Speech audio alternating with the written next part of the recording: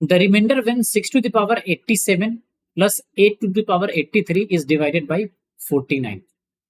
देखो समटाइम्स हमें क्वेश्चन के अकॉर्डिंग वे ऑफ सॉल्विंग को चेंज करना होता है, ये क्लियर है। इस तरह के कॉम्प्लिकेटेड क्वेश्चन में आपको समटाइम्स बाइनोमियल थ्योरम का यूज करना होता है, करेक्ट है। वो कैसे? यहाँ पे क्वेश्चन गिवन है 6 to the power 87 and plus given है 8 to the power 83। अगर आप 49 से डिवाइड कर रहे हो बच्चे, तो आप इसको लिख सकते हो, ये है 7 - 1 to the power 87 and divided by 49 है, एंड साथ में प्लस है, इसको लिख सकते हो 7 + 1 एंड टू द पावर 83। ऐसा हमने इसलिए करा है कि बाइनोमियल एक्सपेंशन में ये टर्म 7 के पावर्स में ही आएगा। 7 का पावर्स अगर मान लो 2, 4, 6, 8 है, तो ये सारा 49 के मल्टीपल्स में होगा, ये क्लियर है। तो उससे हमें बहुत सारे टर्म्स में रिमाइंडर 0 मिल जाएगा, ये क्लियर है। नाउ अगर हम बाइनोमियल एक्सपेंशन के एक्सप्रेशन की बात करें तो क्या होता है कि अगर a + b तो सिंपली क्या लिखते हैं, nc0 a to the power n और into b to the power 0 plus क्या लिख सकते हैं, nc1 a to the power n - 1 b to the power 1 plus लिखते हैं बच्चों nc2 a to the power n - 2 b to the power 2 plus dot dot dot होता है बच्चों, ये यहाँ पे होता है last term ncn a to the power 0 and b to the power n, correct है। यहाँ पे ध्यान दो, यहाँ पे पावर्स का सम हमेशा n होता है, ये क्लियर है। और a के पावर को हम एक एक कम करते जाते हैं सब्सिक्वेंट टर्म्स में, और b के पावर को 1 से क्या करते हैं, इंक्रीज करते हैं, ये क्लियर है। सो अगर मुझे फर्स्ट टर्म के एक्सप्रेशन को देखना है तो मैं यहाँ पे क्या पुट कर दूंगा बच्चे, a to the power 7 put कर दूंगा और b का वैल्यू क्या पुट कर दूंगा, -1, ये क्लियर है। तो यहां से सिंपली 7 - 1 to the power 87 का एक्सप्रेशन क्या मिलेगा, सिंपली मुझे मिलेगा 87 C0 a to the power n है यहाँ पे, तो ये हो जाएगा 7 to the power 87 into b to the power 0 है, तो -1 to the power 0 plus next term क्या होगा, 87 C1 7 to the power 86 into -1 to the power क्या होगा, 1, करेक्ट है। प्लस डॉट डॉट डॉट, यहां पे अगर मैं सेकेंड लास्ट टर्म की बात करूं तो वो कितना होगा, वो होगा बच्चों 87 C 86 और a to the power 1 मिलेगा, तो यहाँ पे 7 to the power 1 होगा और इनटू होगा -1 to the power क्या होगा बच्चों, 86। देखो यहाँ पे जो पावर होता है ना, वही सेकेंड टर्म के पावर में होता है, तो यहाँ पे अगर 86 है तो वही दूसरे टर्म के पावर में होगा, ये क्लियर है। और लास्ट टर्म हमें क्या मिलेगा, सिंपली मिलेगा 87 C 87 and -1 to the power क्या होगा बच्चों, 87। फर्स्ट टर्म का तो पावर 0 हो जाएगा। नाउ अगर इस टर्म पे फोकस करोगे बच्चे, तो ये सारा टर्म 7 के मैक्सिमम पावर्स में है, 7 to the power 87, 7 to the power 86। जो सेकेंड लास्ट टर्म है वहां पे पावर 1 है, तो इससे पहले वाले जितने भी टर्म्स होंगे यहां से यहां तक, उसमें क्या होगा, 0 रिमाइंडर मिलेगा, ये क्लियर है। जब आप इसको 49 से डिवाइड करोगे तो ये सारे टर्म्स 7 to the power 2 से ज्यादा वाला है, तो ये सारा टर्म रिमाइंडर क्या देगा, 0।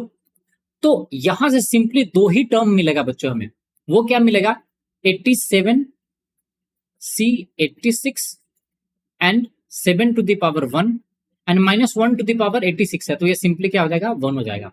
और लास्ट टर्म क्या मिलेगा, 87 C 87 and -1 to the power 87, तो ये क्या हो जाएगा, -1, ये क्लियर है। तो हमें फर्स्ट टर्म के एक्सपेंशन से ये 2 टर्म मिला। नाउ अगर मैं सेकेंड टर्म के एक्सपेंशन की बात करूं तो यहां पे हम क्या पुट करेंगे बच्चे, a = 7 पुट करेंगे एंड b = हम क्या पुट करेंगे, 1। तो हमें टर्म कैसा मिलेगा, simply 83 C0 a to the power क्या हो जाएगा, ये हो जाएगा बच्चों 83 into b to the power 0 plus क्या हो जाएगा 83 C1 a to the power 82 and b to the power यानी 1 to the power 1, ये क्लियर है।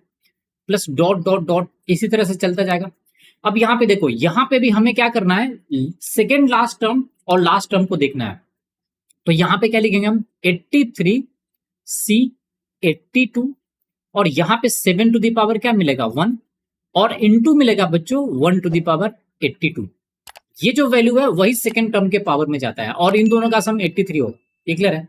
और लास्ट टर्म हमें क्या मिलेगा, वो मिल जाएगा 83C 83 और 1 टू द पावर क्या मिलेगा 83, ये क्लियर है। अब सेम लॉजिक यहाँ पे अप्लाई करेंगे। यहाँ पे जितने भी टर्म्स है जहां पे ए का वैल्यू अगर हम 7 रखते हैं, यहाँ पे भी अगर ए का वैल्यू 7 रखते हैं, तो यहाँ पे भी सेम लॉजिक अप्लाई होगा। सेकेंड लास्ट टर्म से पहले जितने भी टर्म्स है यहां से स्टार्ट होगा और यहां तक वाले टर्म में, इसमें हमेशा 7 टू द पावर 2 से ज्यादा वैल्यू मिलेगा, ये क्लियर है। और उसको अगर आप 49 से डिवाइड करोगे तो रिमाइंडर ऑलवेज क्या मिलेगा, 0 मिलेगा। तो यहां से भी आपको इफेक्टिवली 2 ही टर्म मिलेगा, एक ये वाला टर्म और एक लास्ट वाला टर्म, करेक्ट है।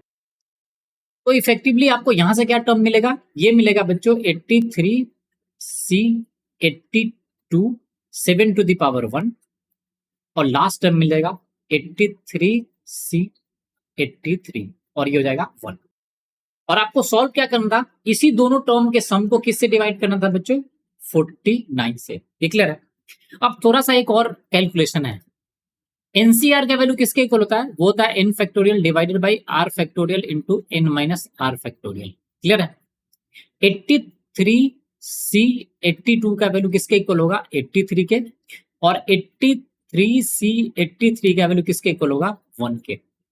तो इफेक्टिवली हमें टर्म क्या मिलेगा, यहां से मिलेगा 83 इंटू 7 प्लस ये वाला टर्म हो जाएगा 1, यहां पे टर्म हमें क्या मिलेगा 87 इंटू 7 एंड ये वाला टर्म क्या हो जाएगा -1 और डिवाइडेड बाय क्या है बच्चों 49। ये 1 से 1 कैंसिल आउट हो जाएगा, तो अल्टीमेटली हमें क्या मिलेगा 83 प्लस 87, हमने 7 कॉमन ले लिया है और डिवाइडेड बाय क्या हो जाएगा 49। तो यहां से आप सिंपली लिख सकते हो, इस दोनों को ऐड करोगे तो ये आ जाएगा 170 इंटू 7 एंड डिवाइडेड बाई 49। तो ये वैल्यू कितना आएगा, ये वैल्यू आएगा बच्चों 17 इंटू 7, तो ये 1190 डिवाइडेड बाई क्या है 49। यहां से इसको डिवाइड करोगे तो रिमाइंडर कितना आएगा 14। सो हमारा आंसर क्या होगा, option number B. So I hope आपको ये समझ में आ गया होगा। थोड़ा सा ये लंबा वीडियो जरूर है बट आपको कॉन्सेप्ट बताना था इसलिए टाइम लगा, ये क्लियर है। अदरवाइज अगर आप प्रैक्टिस किए रहोगे तो आप सिंपली लास्ट टर्म पे ही फोकस करोगे, ये क्लियर है। ये पूरा रामायण लिखने की जरूरत नहीं है। So thanks for watching the video. If you like the video, do subscribe the channel and share the channel with your friends.